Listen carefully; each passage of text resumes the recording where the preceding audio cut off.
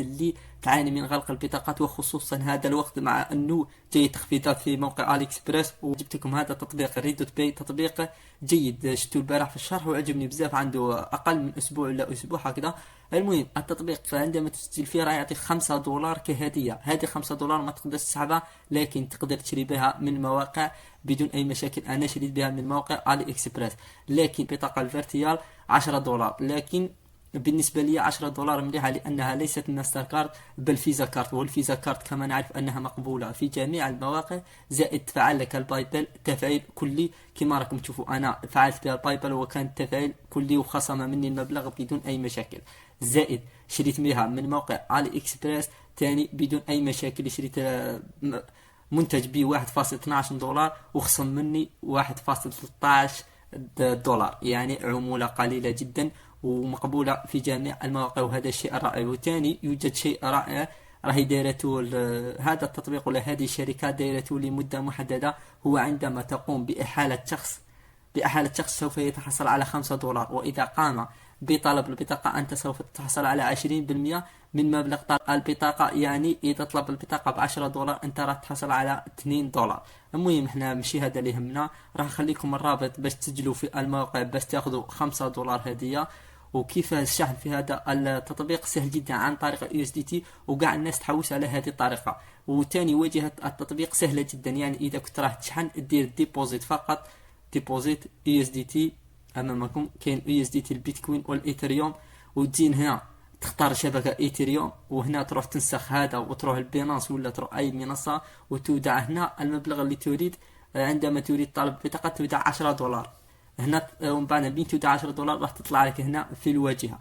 وثاني يوجد شيء جميل هو الويدرا، تقدر تسحب عن طريق اليو اس دي تي. ثاني اذا كان عندك مبلغ هنا راح تسحبه عن طريق اليو اس دي تي في البينانس ولا اي موقع كان. المهم خالتي انا راح نوريكم طريقة تسجيل من الالف الى الياء حتى التوثيق، وكيفية الحصول على $5 وكيفية الحصول على البطاقة بسهولة جدا. وراح نبسط لكم الشرح باش تفهموا خاوتي. يعني البطاقة جيدة رائعة وتصلح لمدة 3 سنوات وصالحة للشراء من موقع اليكسبريس، خصوصا هذه المدة مدة التخفيضات راح تكون 11 نوفمبر. المهم بلا ما نطول الفيديو يلا بنا الى الشرح.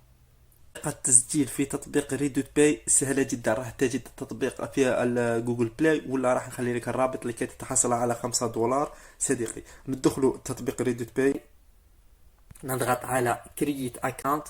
هنا نختاروا الايميل ونختاروا الايميل اللي راح نسجلوا به، مثلا هذا كيما خاوتي gmail.com. وهنا نديروا كلمة سر، ومن بعد نروحوا هنا نديروا موافقة ونديروا نيكست، نديروا الكابتشا، نديروا هذه هكا والسهم والسلحفاة.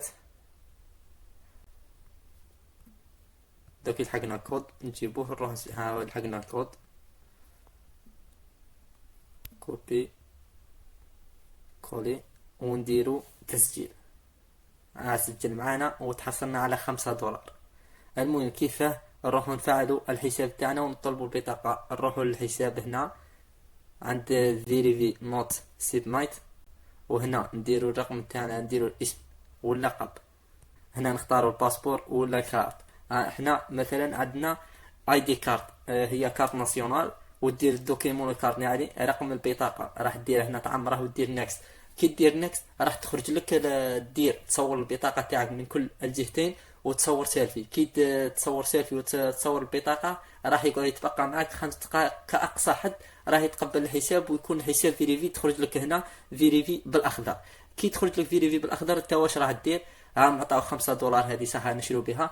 انت تروح دير الديبوزيت بانك راح تلقى راح تطلب بطاقه دير ديبوزيت، تختار اي اس دي تي. هنا تختار تي ار سي 20 لان الرسوم اقل فيها، ودير كوبي وتروح تشحن البينانس تاعك ولا باير ولا اي منصه عندك، تروح تشحن ترسل $10 الى هذا التطبيق. عندما تصل $10 هنا تروح للكارت، وكاين كارت فيرتيال $10 والكارت بلاستيكيه هذه $100. هنا اللي يهمنا هو الفيرتيال كارت.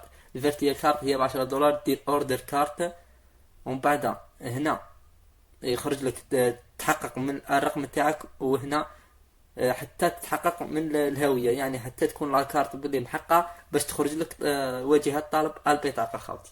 المهم انا وريتكم كيفيه التسجيل وكيفيه الحصول على $5 وكيفيه توثيق الحساب حتى كيفية الحصول على البطاقة بدون أي مشاكل خاوتي. إذا أعجبكم الفيديو ولا سجلت وأعجبتك البطاقة خلي تعليق واشتراك ومزيد من الفيديوهات إن شاء الله.